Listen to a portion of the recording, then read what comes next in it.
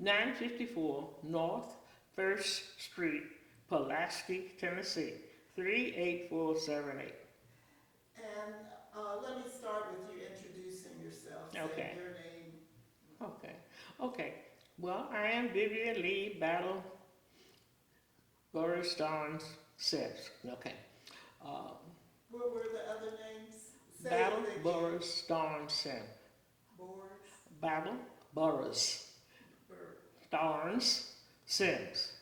Okay. Can you spell the Burris, uh Burroughs. Okay. I was born in New York City on September 28, 1928. So this year I'll be 90, next month I'll be 90 years old. Okay. I lived in New York until I was 17 years old. And then I left New York and I traveled to Tennessee to attend Fisk University because that's the only college that accepted me. Okay. But it was a it was a good Lord that sent me to Tennessee because I guess I belong in Tennessee and not in New York City. Um, when I came to Fisk University, of course, I was in a very different world than I was in New York City. It was a it was still um, segregated. It, there was a lot of prejudice, discrimination, and things were so different from what I had lived in New York City. And so it was difficult for me to make an adjustment at first. Riding the back of the bus, not being allowed to go to the public library because I was black, um, drinking water out of a special fountain, riding in the front of the train when I got to the Mason-Dixon line, and many, many other things, okay?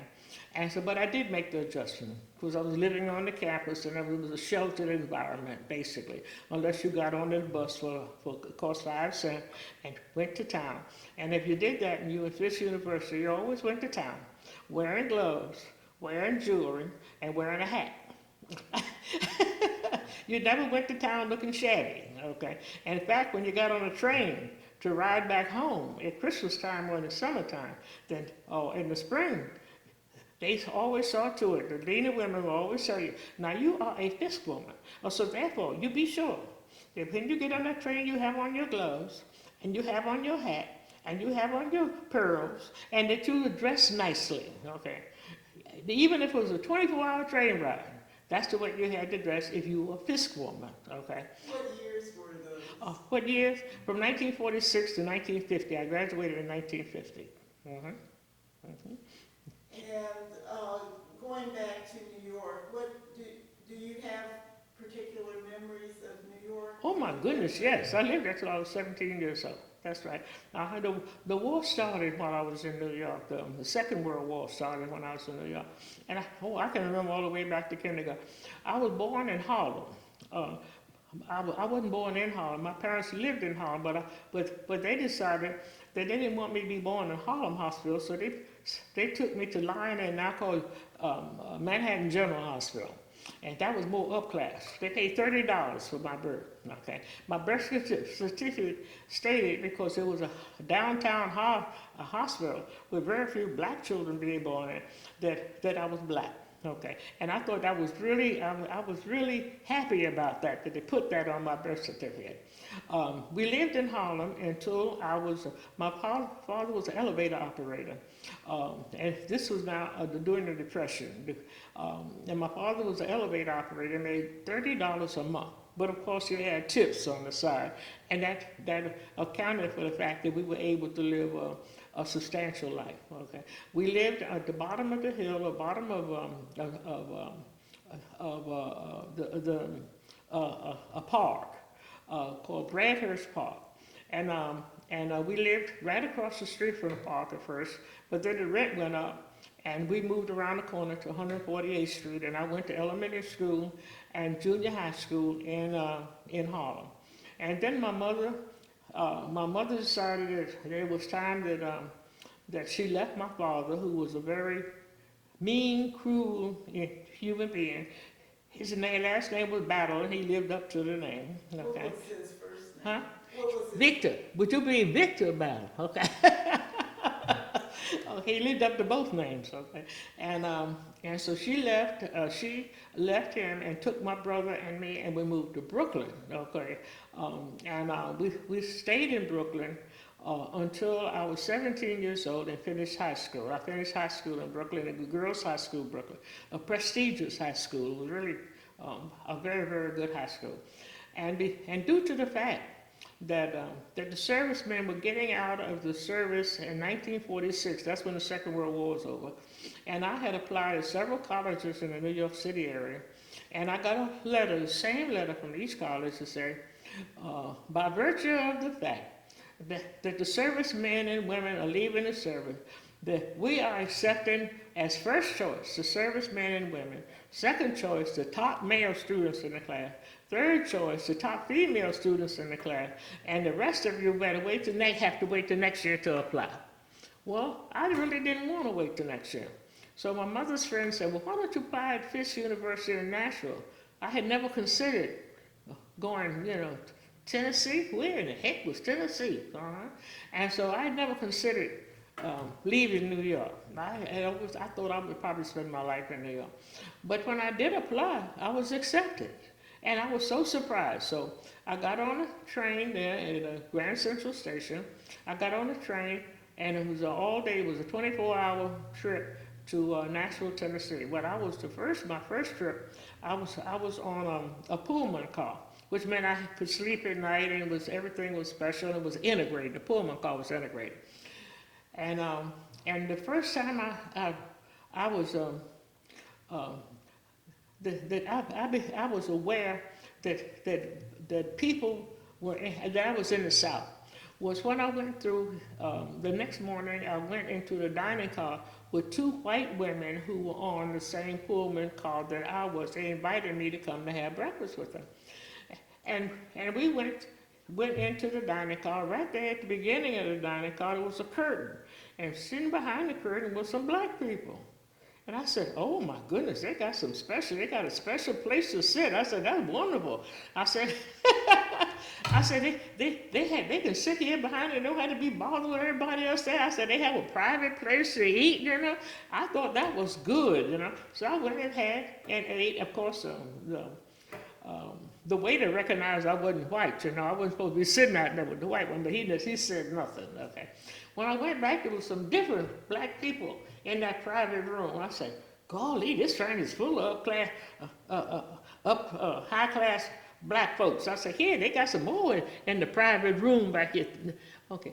It wasn't until that Christmas when the Dean of Women was telling us how we were to behave on the train and because we were Fisk women, that she said, now, when you get to the segregated dining car, it hit me. That was segregated. I couldn't believe that they had segregated a place for the black people. And then, of course, after I got to Nashville, and I found that the buses were segregated, the black people had to go to the backs of the buses. You couldn't drink out of any water fountain. But the most painful thing that happened was when I went to the public library, the downtown library, the main library in Nashville, to do some research on a project that I could not find much information on at Fisk University. And after going there 3 days to do the research and make notes, then it happened that it was a Friday. I hadn't finished my research. And so I asked the librarian, may I join the library? And then I could take the books home. And she gave me an application. And I filled out the application. Of course, I was living on campus, so she asked me where I was living. I told her the dormitory and my room in Fisk University. And she looked at Fisk University. I said, yes, I go to Fisk. She said, we don't allow niggas to use this library. I was in a state of shock. Because if it hadn't been for the library, see, we had no TV way back then, And then radio was there, but it wasn't like reading a book, And so my whole childhood was spent reading books. I would go to the library, get the books, and take them home, read them, and take them back. And I was a study customer in the library in New York. And to think that they would not allow me to come to a library because I was black was so hurtful. In fact, I'm still hurt. When I think about it now, I still want to cry, okay? And so And so I faced a lot of instances of things like that living in the South. When I started teaching, I have a couple of questions okay, before you get to that part. One was, when you were on the train, you went with two white women, you yes, said? we were in the Pullman car. And you went to the white section to eat? Well, Or, yes, because I was with them. You see, and the black section was full. You and know, they they had to, didn't recognize you as African American? if they did, they didn't say anything. And I didn't tell them, hey, I'm black, you know. I was just on the car, and we started up a conversation, and I was going to college, and I'm sure they must have known that Fisk University was a black college, because it's a very prominent college, you know. But they never said anything about me being black or white or anything, and I never said anything to them. Did the two white women know that you were African American? I have no idea. I never asked. They were in the same car that They you were in the were same car. They were in Pullman car. See, that was a special car because they had beds in that car, and you paid a lot of money to go in that car. And my mother's friend was so happy that I was going to Fisk University. That was a gift that she gave to me when I went to Fisk the first Do time. you remember her name, your mother's friend's name? Um, Miss Gladys Lawson, Gladys Lawson. That's right. And also backing up, your father worked as an elevator operator. Yes. Do you know where he operated the elevator? It's on 659 Riverside Drive, New York City. It was an apartment or? It's an apartment a house, town? and they had people who were outstanding people in the community. They owned factories and big businesses, and they were people of means. You know, Riverside Drive was where where the uppity up people lived. You know, and that's where he worked. And at that time, they didn't have automatic elevators. They had elevator operators, and he was an elevator operator. And so therefore, I imagine every time they got on the elevator, they paid a tip. You know, so he was making more than $30 a month, I'm sure. Okay. Not only that, but when they had parties and things, they gave them all the goodies. And if they had children with clothing, they gave them all that extra clothing that would fit my brother and me. And they were very generous as my father was concerned. Uh-huh. Now, did your mother and father also look light-skinned? Were they also able to pass for white? Well, I guess maybe they could have. No, my father, they were both light complexion, but I'm not sure what it would do. They were light enough to pass for white. Okay, I think my mother's hair was straight, but my father's hair was nappy. And so I doubt that he would have passed. My brother's hair was curly. Okay, but I never even thought about passing for white. I was living in Harlem in a black community. Of course, I had to protect myself and my brother because we were light complexion and most of the people around us were brown and black people, especially children, you know. And sometimes children can be cruel. Okay, but my maiden name was Battle. Okay, Vivian, a lively battle, and I gave it to them, so they didn't mess with me too much. Let's go back in your ancestry to your heritage in North Carolina. Okay. And tell me about the earliest ancestor that you know of in North Carolina, on the battle side and then on the man side. Oh dear, you asked me a big question there. Well, Okay. no, Okay, let's take the man side since we just had a family reunion recently. Okay, now, let me say first that the one thing that black families do not talk about is slavery. They never discuss slavery. If their mother was a slave or their grandmother was a slave, the children never knew it because nobody talked about slavery, okay? And so I was raised in a household, like almost every other black child, where slavery was never discussed. And it wasn't until I was much older, I mean old, you know, like 80 years old, before I realized something about my heritage, because and I was so shocked to find it out because I knew my grandmother, and she was a child of a slave. My grandmother's mother was a slave. My great grandmother was a slave, named Nicey. Okay, and I knew, and she come visit us all the time. Okay, her husband. Nicey was a battle. nice was that's the battle. Okay, okay. Now with with my mother's mother, Patsy, not Patsy, but Lula. Okay, Lula was born a freeman. Okay, and so neither her mother nor father were slaves, but her husband William T. Man. Okay, his father had been a slave. Okay, and he was a slave on Ezra Man's plantation, and on that plantation, he found he found a woman he fell in love with named Ella, and he married Ella. Her name was Ella Mann also, and so the two of them got married on the plantation. They had to remarry after the Civil War was over because the state of North Carolina said if they married while they were slaves, they would not recognize that they had to get married again. Okay. And so that's on the battle. That's on the man's side. That's my mother's side of the family. Okay. Now going back to my great grandfather, William M. Mann. Okay. Now I did not know until I was in my 80s anything about the United States Colored Troops. Even though I own a house, this house I'm sitting in right now was a headquarters for the 110th and 111th Regiments of the United States Colored Troops. And the troops, there's a big hill over here called Fort Hill, and that's where 2,400 of those troops camped during the Civil War. Okay, I had no idea there was such a thing as a black man fighting in the Civil War. The only thing the school system of New York City told me was that there was a Civil War. The North fought the South. Okay, in order to free the slaves. Okay, the North won. The South lost. The slaves were free. The general of the North was Grant, and the general of the South was what's his name? Huh? Robert E. Lee was Lee. That's all they taught me. And all my life, that's all I knew, and that's all I wanted to know. I didn't need to know anything else about the Civil War, you know. I mean, and I didn't even think about whether my grandparents or great-grandparents were slaves. That never even crossed my mind. And so when I was 80 years old, I was living here in Pulaski, and I owned this house. And I had the house placed on the National Register. It was built in 1834. Between 1830 and 1835.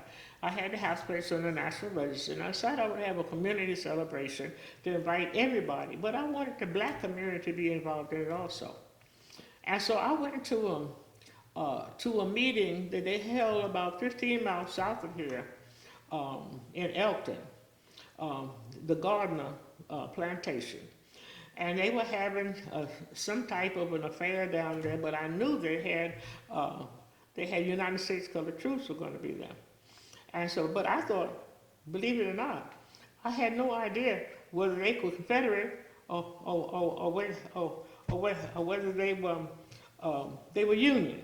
Okay, and so I went down. I hightailed it down there because I wanted to get them to come to my celebration because they were black. I knew they were black. And so when I got down there, I found a couple of fellas with the blue uniforms on. And I went and approached them, and I talked to them and asked them if they would come to the celebration I was having and whatnot. And you know, and I really wanted a black person, thinking they were Confederates. I didn't even know the difference in the uniforms. Okay, I'm in my 80s, and I lived in the South for 60-some years, and didn't know. I kept wondering, why are these white people having all of these meetings where they replaying the Civil War and all of that, you know, reenactments of Civil War. I said, do they plan to win the Civil War by these reenactments? You know, I couldn't figure it out. Still can't figure it out. Okay. And so, and after talking to these fellows, they told me they would be interested in coming, which they did. They did come to the celebration and had a tent, and everybody really loved it in their uniforms because they were reenactors. And they gave me some reading material from the Bradley Museum in Murfreesboro. And when I got home, I sat down to read it. And lo and behold, they were Union Army and not Confederate. I was so shocked. You mean to tell me that 200,000 former slaves joined the Union Army and two of the units, two of the regiments were, were in Pulaski, Tennessee. And then in more research, I found out that this house that I am was the headquarters for the 110th and the 111th. And the officers lived downstairs in the house while the family lived upstairs in the house during the Civil War. And right across on the hill is where 2,400 slaves, plus their wives and children, lived on that hill. That's right. And that was the first I knew. Well, I said, well, how could I not know it? And everybody else know it. Well, I got at the Brandon Museum, they gave me the names, all 2,400 of those soldiers. And so I carried it in my pocket until I wore the paper out, asking people, can you tell me the name of your grandpa or your great-grandpa? And a whole gang found out that they were related to some of those soldiers who were in the Civil War. And I really would believe right now that those people who are citizens of Giles County and the surrounding counties who do not know this ever existed, because I'm still trying to educate everybody, tell them that they need to be proud of their heritage. Because it had not been for those 200,000 black men who joined the Union Army, they would not have had enough men to fight the war, and they would have lost. That's right, they would have lost the war. And so, being an educator, because I've taught school for 47 years, being an educator, I feel that this is my mission in life now, is to educate all the people around me, white and black, because the white people don't even know it either, you know? But only the few historians sitting over there at the library in the historical room know it exists, and they don't even want to tell you the full truth about it, okay? And so, the, my great-grandfather on my mother's side was a William man, married Ella man, and joined the United States Colored Troops. When he mustered out of the army, his former slave master told him, he said, William, he said, what you need to do with your mustering out money, which was about $500, which was a lot of money way back then, and he said, what you need to do is to buy land. You can raise crops on the land, you can feed your family on the land, it will appreciate in value and always become more and more valuable. He said you can get a good life. And so he did. He bought 150 years ago, January 30th, 1868, he bought 55 acres of land. That was his first purchase. And this year, that farm is 150 years old.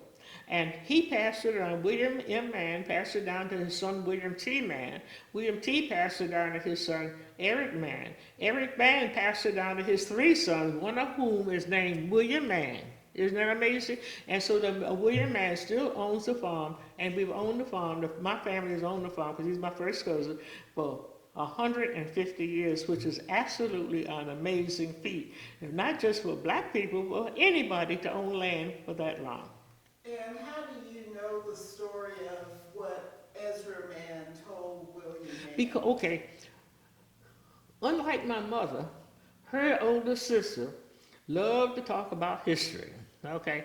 And so she told my cousin as much as she could about her parents and her grandparents and her relatives and whatnot. And my mother told me practically nothing about it. Okay.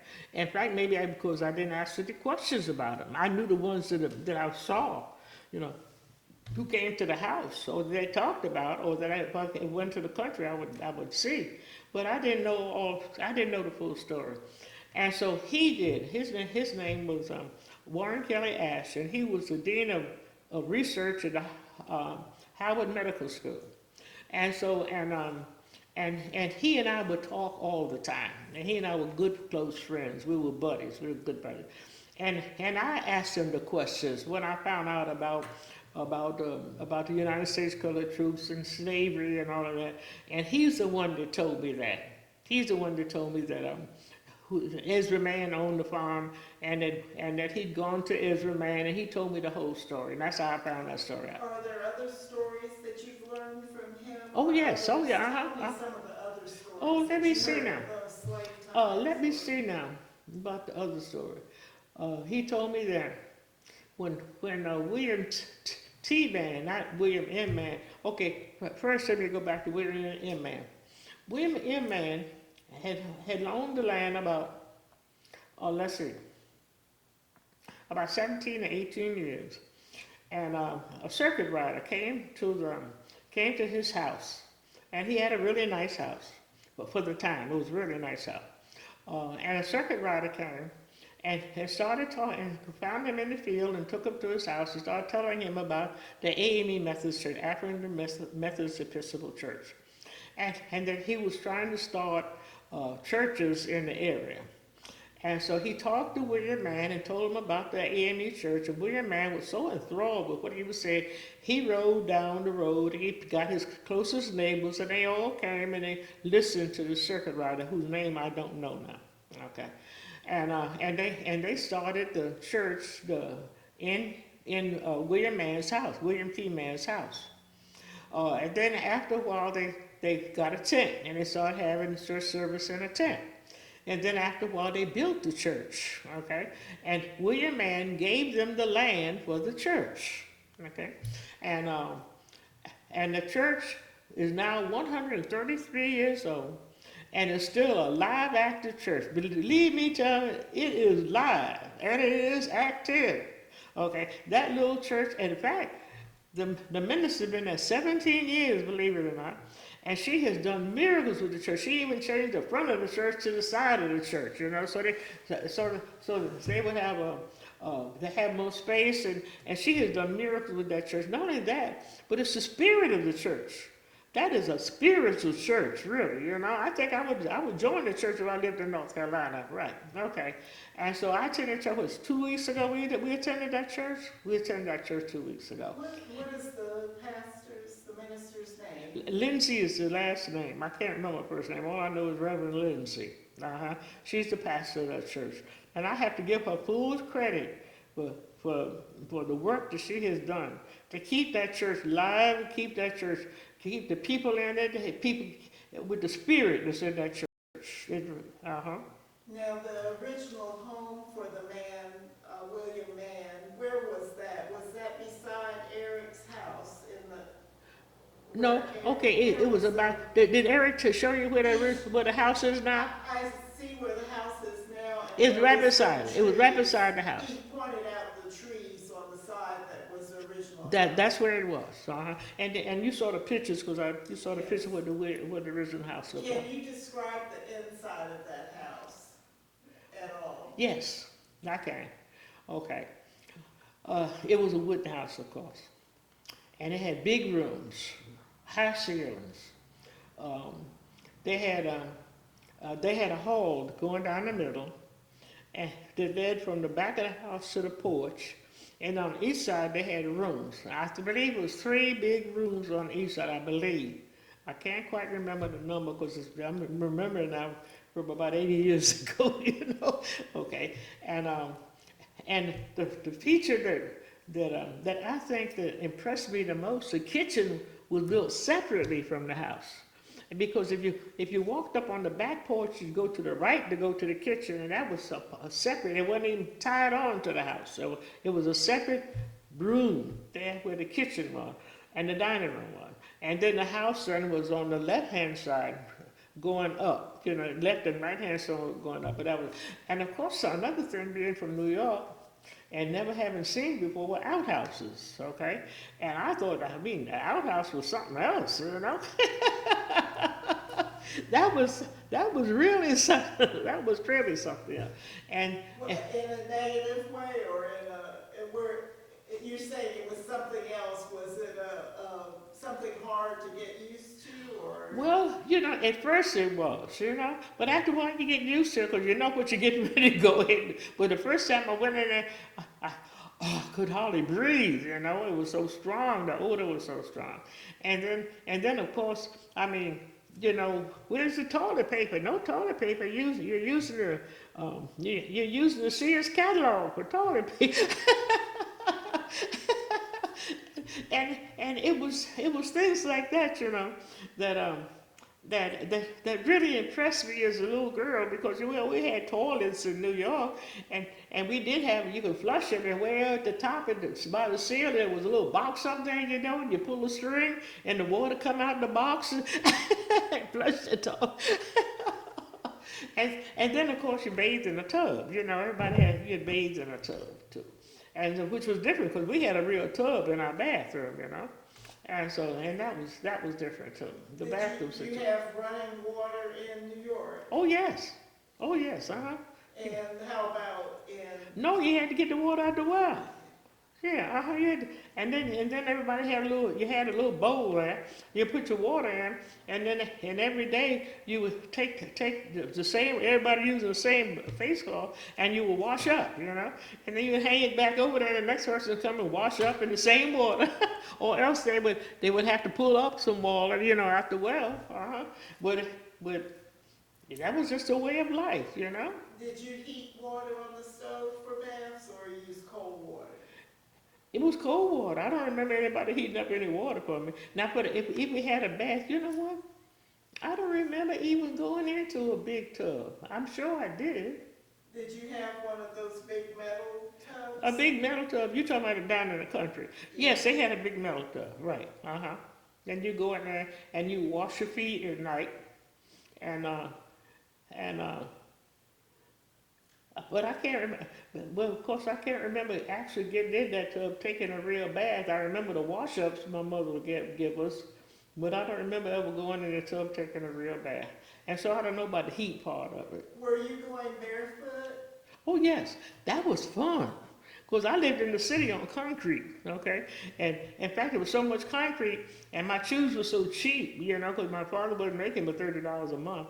And my shoes were so cheap that I always had a hole in the bottom of them, and I always had some paper in the hole. And then of course I would have socks on it, and then working on the concrete streets meant that I put a hole in the shoe, a hole in the paper, and a hole in my sock, and a black spot on the bottom of my foot.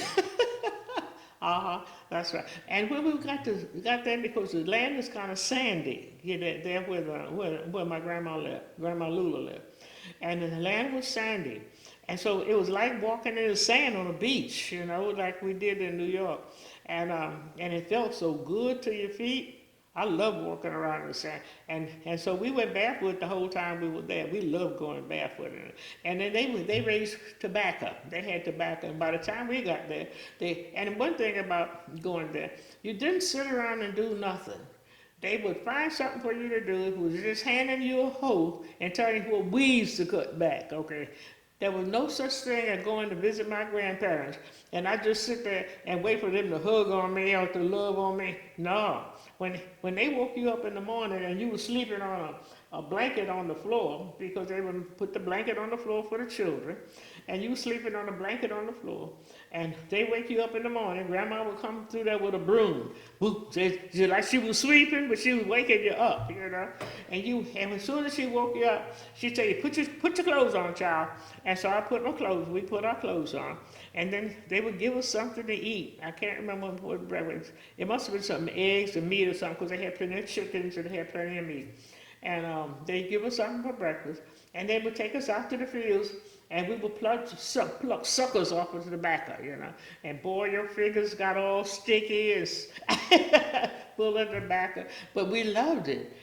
The first time I ever saw a rainbow was after we got to North Carolina, because in New York City you don't see much sky, you know, because of the high buildings all around, so you don't see sky, you don't see rainbows, you know, you don't see many stars, you don't hardly ever see the moon, you know, and it was so thrilling when I got there and I could see the whole sky. I could see clouds way off in the distance, you see. I could see the sun coming up, and I could watch the sun as it went down. It was something about being down there that made me a new human being. You know, it was so wonderful to be there. Okay, and then to see a rainbow. My first rainbow I saw there. You know, and then you could see when the rain was coming, because you could see the clouds coming along with the rain in it, and it was thrilling. And just being, and then riding on the back of the back wagon, you know, when they were taking it to the barn in order to cure it, you know, and just riding on the back of the wagon. I was blessed to be able to have grandparents who lived on a farm. I really was. And I wasn't just raised in New York City. Okay.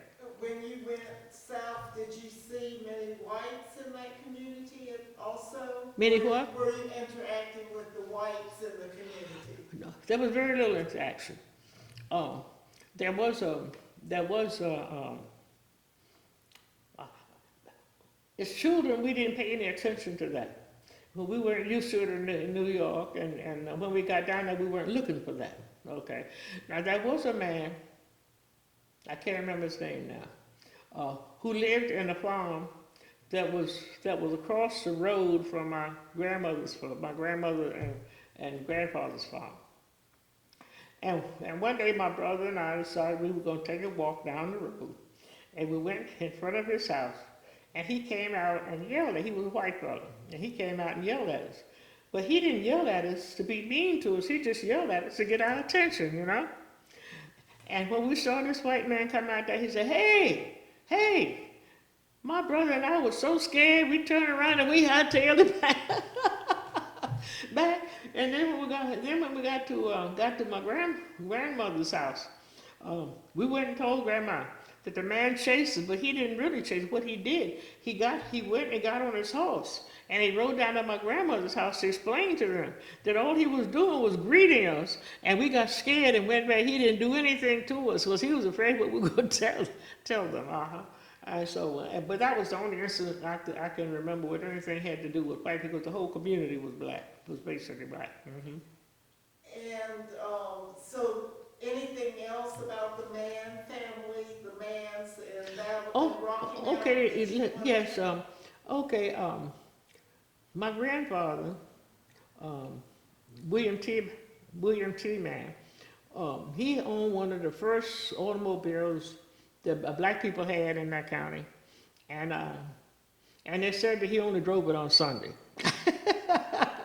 He was so proud of the car, you know. He only drove it on Sunday, and then of course he had access to more places to go, and particularly churches, you know, because that's what they did on Sunday. They went to churches and visited churches, and then he had my grandmother was from a county north of there, and so they would go to visit her parents, her relatives, and she had 12 brothers and sisters, and mother and father, and all kinds of cousins and uncles and aunts and whatnot. And so they would go up to Halifax and to Warren County to visit them, especially after they had a car. And so I remember a car, but I'm not sure if that was the car, you know, because that was 80 years ago, and I didn't know whose car was whose car. But I do remember them riding us to Rocky Mount, into town, and going to a hamburger place. I think it was Hardee's. And that's the first time I ever saw a hamburger, was in Rocky Mount, North Carolina. What year would you say that was? I would say, let me see, I was born in 28. It'd be about 35, 1930. I must have been about 8, 9 years old, something like that. So I was young. I was very young. And did Hardee's was founded in Rocky Mount? Did what? Was Hardee's? I believe that. I almost believe, if they weren't, it was close to Rocky Mount, but I remember it was a Hardee's. I remember it was a Hardee's.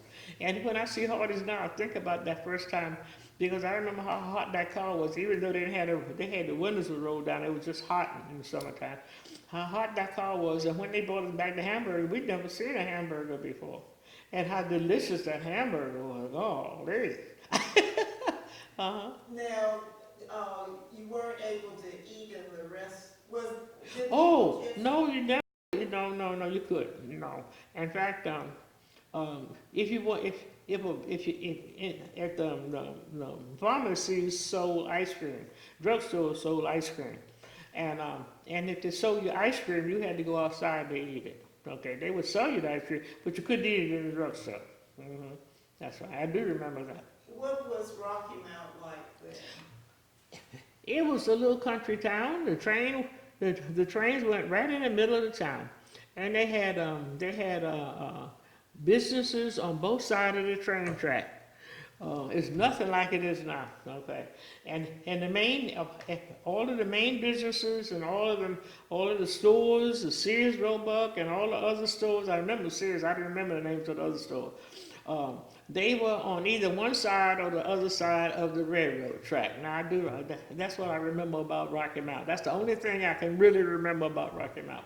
Do you remember the cleaners in Rocky Mount, owned by the Wimberley brothers, the cleaners, No, clothing no, cleaners? I remember the Undertaker. But I don't remember, and the only reason I remember the Undertaker was because the daughter of the Undertaker, beginning with an S. What was the name? I can't remember that name. Do you remember his name? No, I'm trying to remember. She went to Fisk University, and she was a sorority. She was an AKA, and I went through AKAs. And one Christmas, instead of going to New York, I went home with her. I on the train. I went and rode the train with her to stay with my grandmother, and I spent a night with her. And begins with S's.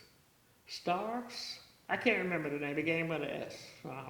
And the person at Howard who is a professor at Howard, Yes. Ash. What's that name again? Oh, his How name is he Warren related? Kelly Ash. Say that again.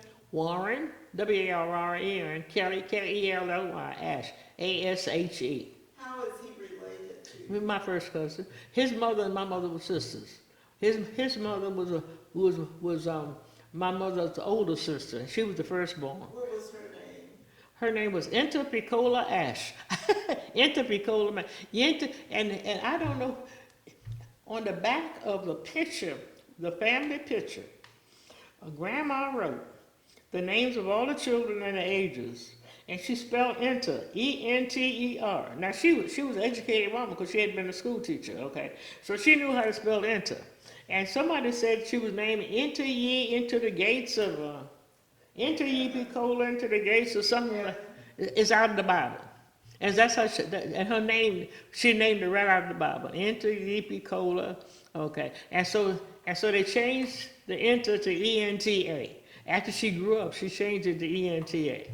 Enter Piccola, P-E-C-O-L-A. Do you know what the Piccola is? I have no idea. In fact, I've been intending since I've been home to look it up in the Bible, but I haven't had time to get around to that. Now, the names of the children were, it was Aunt Enter Piccola, and my mother was the second born, Era Lee Mann, and then she had a daughter named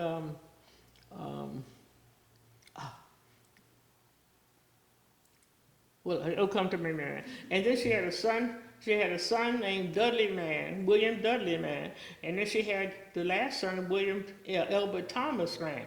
Okay, and what was that?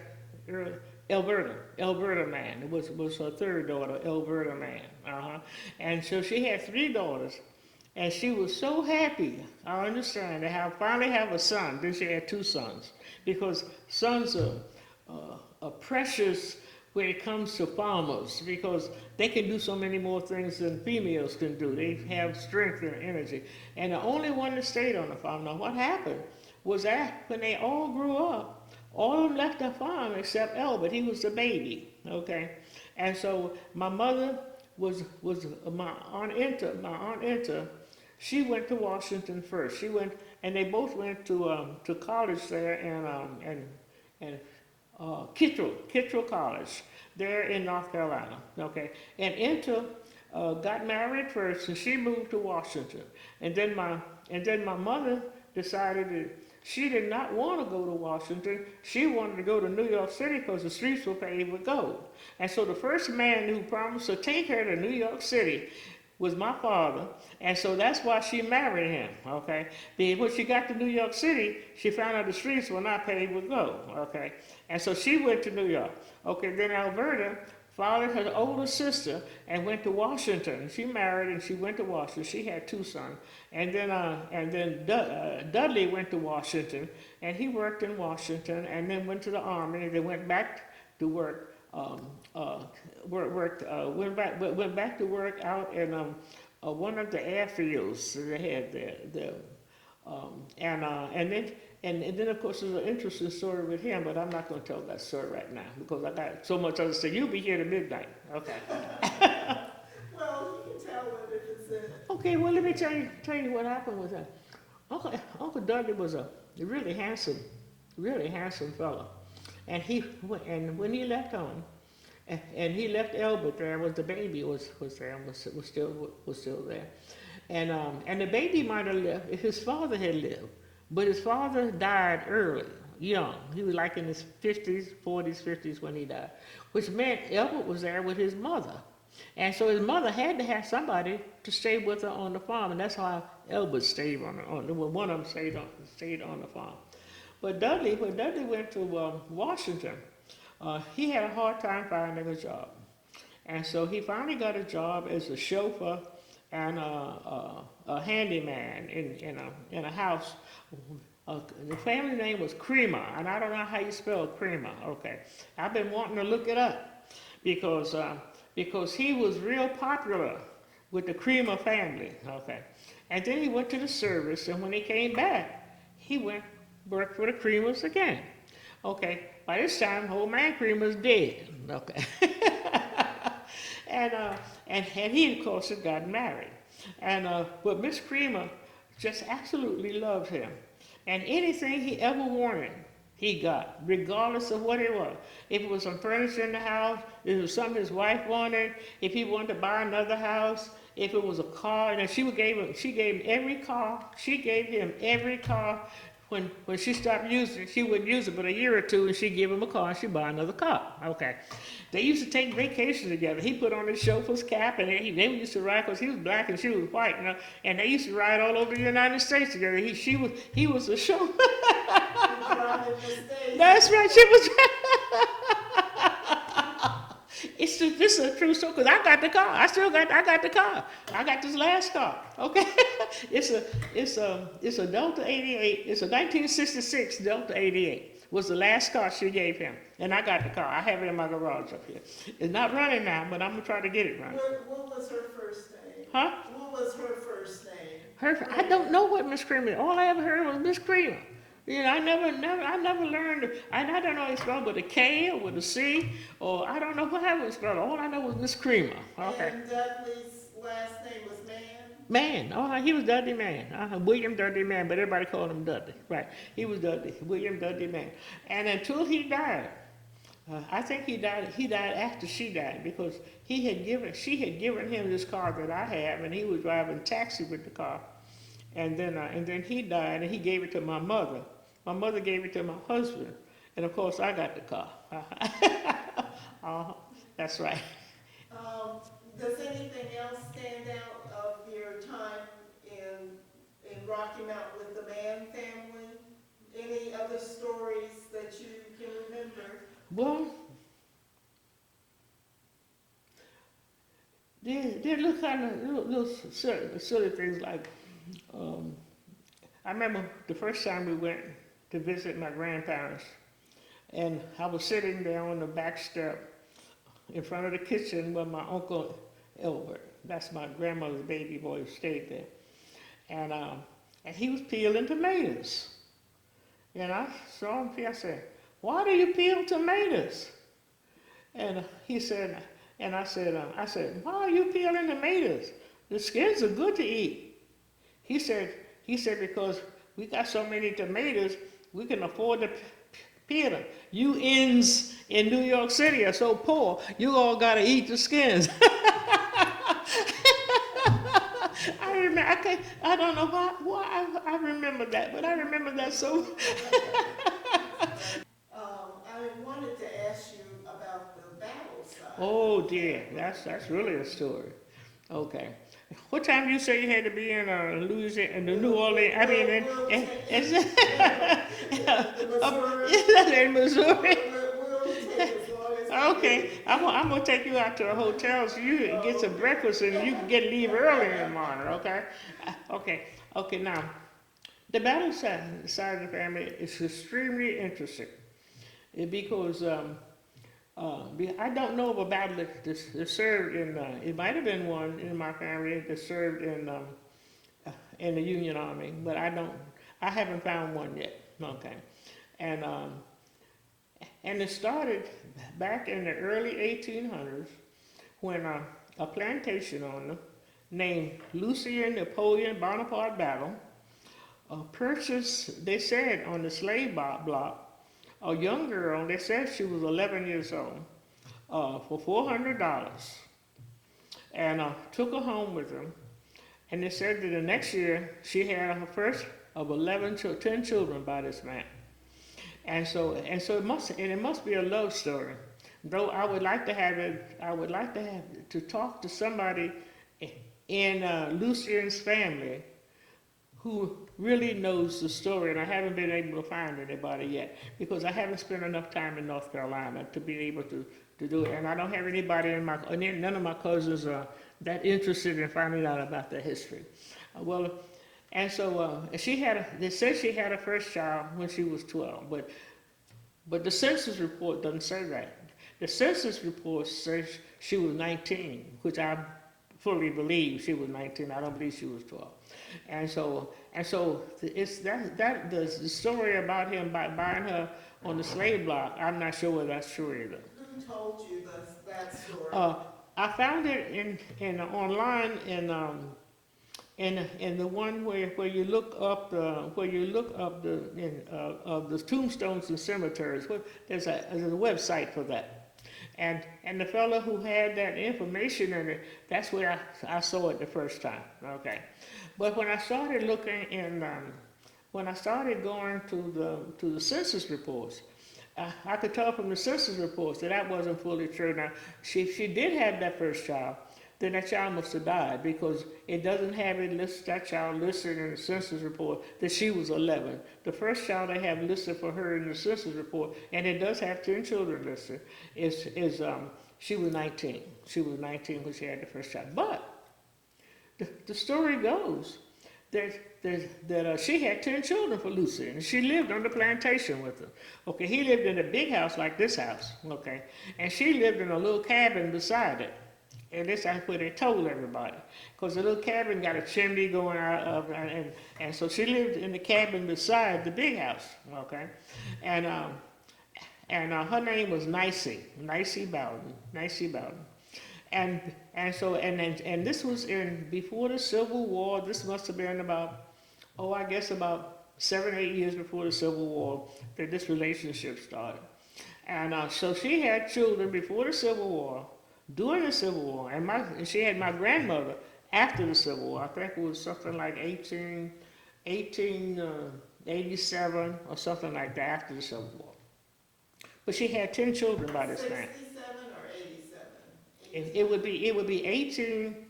It was after the Civil War. It could have been about 1877, 1887, something like that. Because look, I'm 90 years old and I forget all those little things. And so because Nicey and Lucien had more children after she was born, 2-3 more children after she was born, and then of course Lucien never married. He was a state senator in North Carolina before the Civil War. He went to the meeting. They had the conference to secede from the Union. He represented Nash County at that conference and voted to secede from the Union.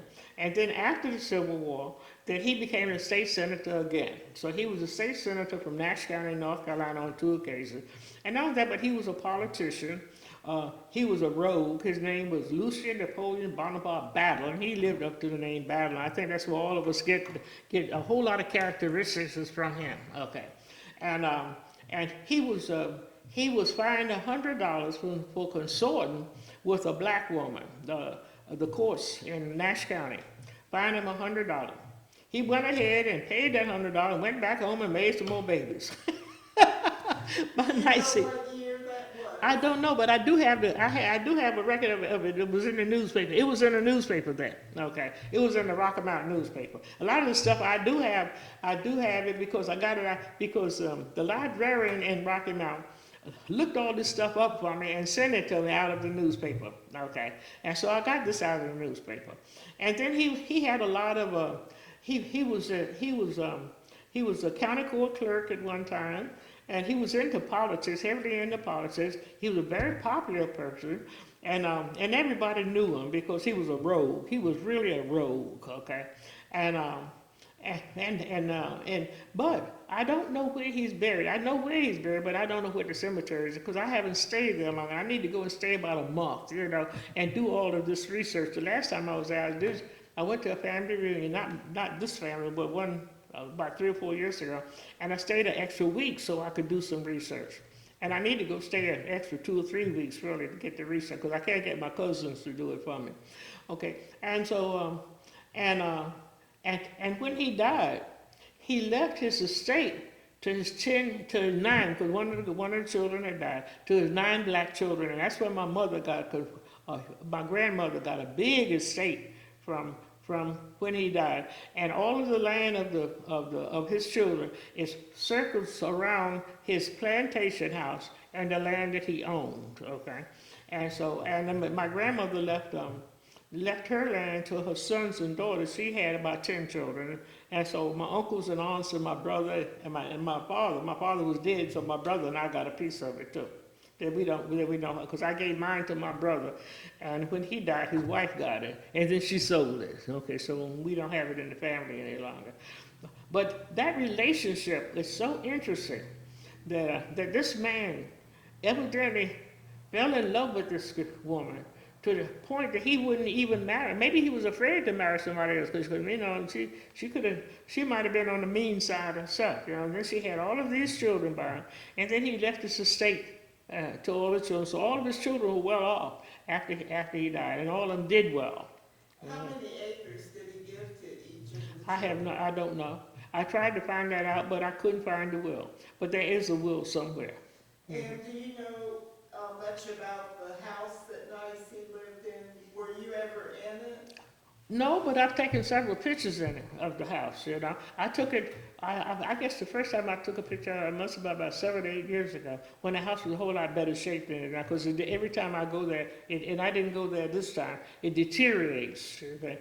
If I had not been riding with my cousin from Washington to Rocky Mount, I would have stayed an extra day.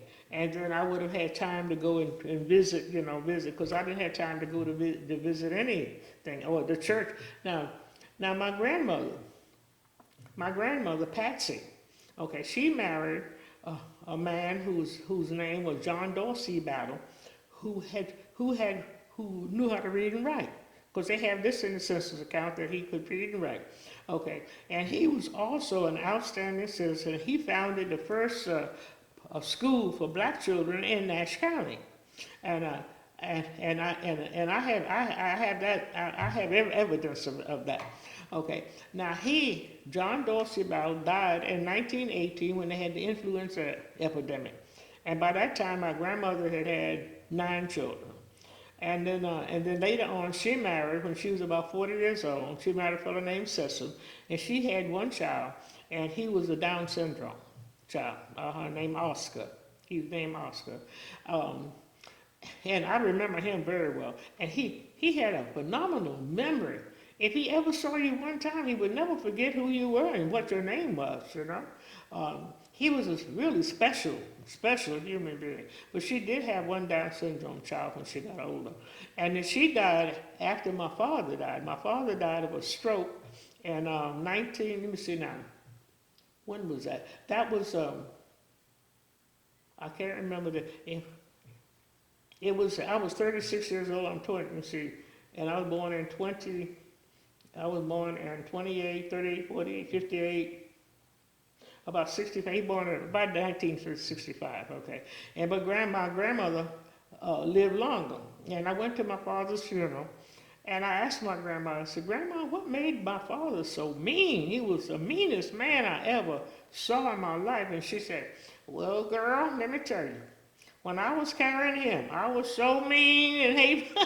I thought it was, how can you remember when you had 10 children, which one you were mean with? When you say he was mean, what, did he hit Oh, he did it. He mostly cursed and was argued and belittled you, and he said terrible things to you and mean things to you. And hit. Yes, he. Oh, yes, he. Oh, man, he would hit all the time. I mean, he beat me half to death 2 or 3 times. On for about nothing. The dog didn't have any water in his pan. I know that my father would get mad if if he walked in that house from work and the dog didn't have any water, that I was putting water in that pan all the time. The dog knew to drink up all the water before he walked in the house. And my father walked in there with no water in my dog, and then I got it. I got a whipping. I got a whipping for everything. I was older. I don't remember him whipping my brother for anything. When did your mother leave him? How old were you when your mother? I was about 12 years old when she left him and moved to Brooklyn. And my brother was, if I was 12, he was about 10. When we moved to Brooklyn, and she left him. She couldn't take it. She said she could not live like that any longer. She didn't want her children to be raised in an environment like that. Mm-hmm. What are some of the other stories about Nicey and Lucian Napoleon Bonaparte? Well, that's something that I don't know that I could have asked my grandma, because it was a long time before I got a picture that was identified to be Nicey, and I'm not really positive that's still a Nicey picture. And the reason that she doesn't have any pictures is my grandmother's house burned down. And seeing all the pictures burned up in the house. Grandma Patsy's house burned down. And all the pictures, were burned up in the house. And so that she had of her parents and grandparents and children and all that all disappeared with the house. And when I went to that house, I saw Nicey's house behind. That's right. And down in the field, close to the street, there was a house on the right, or close to the road. That's right. Do you know anything about that house? No, I don't know anything about those houses at all. I wondered if it was connected to the plantation. I don't know. And what's so sad about it is that the people who knew. Now I had a first cousin who knew, and he died, and then his brother. Before I even got interested in finding out, and then his brother died, who also knew a lot about it. Because every time we would pass the house, he would say, "That's where Grandma Patsy was born." Well, that was right around the corner from where my brother lived, because my brother inherited some of his land, and he said, "That's where Grandma Patsy was born." But it never dawned on me to ask any more questions than that. I just looked over there and looked at the house, and I saw the big antebellum house there, and I knew that my Patsy was born, but I never asked about who the father was. I never asked about the relationship or anything. So the people who knew died before I got a chance to ask them anything. Did that plantation have a name? Do you know of anything? No. All I knew it was Lucian Ballard's farm. And there was something. Oh, you said Patsy married a Battle? Oh yeah, well, you see, most of the slaves took the last names of their masters. Okay, and Lucian's family had lots and lots of slaves. Okay, and so evidently, and I don't know this for a fact, but common sense will tell you that evidently Patsy's husband, John Dorsey, evidently if he didn't live on the plantation, his mother or somebody else lived on the plantation and was a Battle, because his mother and father were both Battles. Okay, and he was a Battle and he married a Battle. He was a dark complexioned man, which was very rare at that time, because usually mulatto people married mulatto people. But he was dark complexioned. So Grandma Patsy had children who were light brown, medium brown, and going on dark brown. Okay, I had one uncle. No, I had an aunt who was definitely brown. Okay, but the rest of her children were either very light or kind of light. Okay, I tried to be the kind of teacher I would want. I tried to be. Now, what were the courses that you taught? You taught art. what were the courses that you taught? You taught art. Okay, What I'll else? tell you what. Um, when you teach in public school, you're teaching some of everything. Okay. And I did. I taught a little of everything. In fact, when I first came to when I first came to Giles County in 1971, I had been an art supervisor in Nashville for 3 or 4 years. And when I came here, they asked me if I would take over the art program and if I would be something like a supervisor. They didn't pay me much because I didn't make near as much money as I'm making in Nashville. When I found that out, I wasn't going to make as much money. I started to divorce my husband and I said, he's not worth that much money. But I didn't. But anyway, and I taught every elementary child in this county. You won't believe it. Every month I would go to every elementary classroom in this month and I would teach art. But when I taught art, I didn't teach one thing. I showed them 6 or 7 different things that they could work on. I demonstrated it and I gave the teacher all the directions so she could teach art every week. And that's how I expanded the program. So art was going on all the time. It just wasn't one person coming there talking about one thing. No. No. I gave the teacher a list of things to do, all the materials to have, and I demonstrated how to do every one of them while I was there in the classroom. And the children loved it. I was like the magic show coming out. I'd go in the room and the children would cheer. Ha! The art teacher's here. And now they're 50s, in their 50s, and late 50s and early 50s, and they meet me at Walmart and all kinds of places and say, Miss Sim, do you remember me? I think to myself, the last time I saw you, you were 8 years old, now you're old and bald-headed. Did you have any interaction with the mill, Rocky Mount Mill? None at all. I don't know anything about the Rocky Mountain Mill. How about the other Battle family, the white Battles? Well, I don't even know any white Battle. And that's what I want to do is go find some of the white Battle. Now, I have a cousin, Reggie, there. He's a Manning, but he's Grandma Lulu's grandson. Her daughter married a Manning, okay? And so, because she had 2 daughters, all the rest of them were boys. And one of the daughters married a Manning and had several children. No, she had 2 children. She had 2 children. And one of her children had about 8 or 9 children. And so he's a Manning. And I was hoping he was supposed to come to the party, but he called me up before I left home and told me that one of his relatives had died. And he had to go to the funeral, so he wasn't coming. But I was really looking forward to him coming because I wanted him to help me find those battles and, the white battles. Because he told me when he lived with Grandma Patsy, some white people would come and hunt on her farm. And he asked Grandma, he was living with Grandma Patsy. I don't know why he was living, but he was. He said he was a little boy. And he said that, and he asked Grandma Patsy, who are those white people? She said, oh, honey, those are your cousins.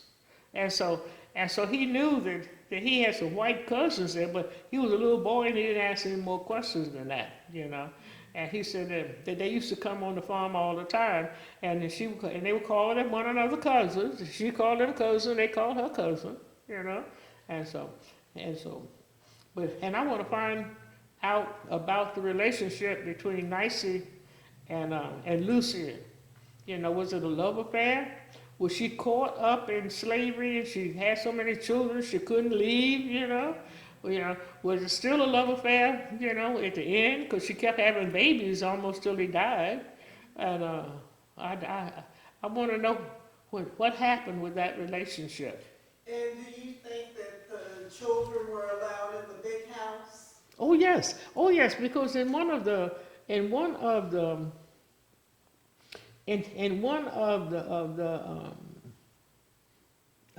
census reports, she lists the children in the occupation, and the occupation was cook,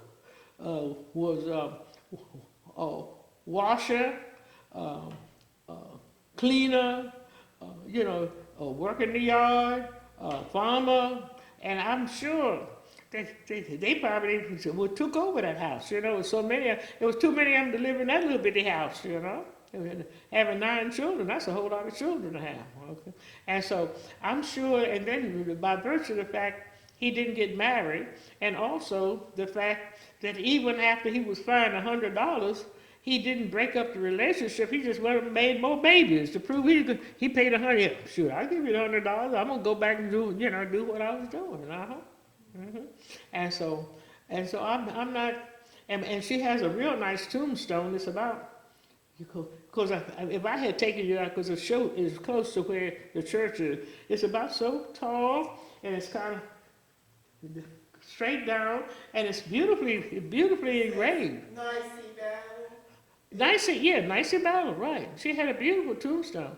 And at that time, she died in the early 1800s. Very few black people had fancy tombstones. So you had to have money to have a tombstone like that. Hmm. And the fact that all the children received land.